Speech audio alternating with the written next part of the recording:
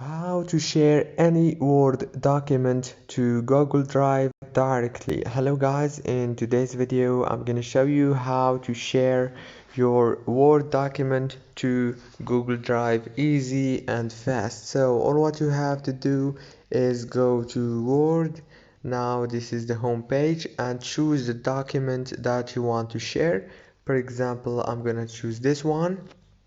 And now click here in the top screen on this little icon of the share, and now choose share as attachment option.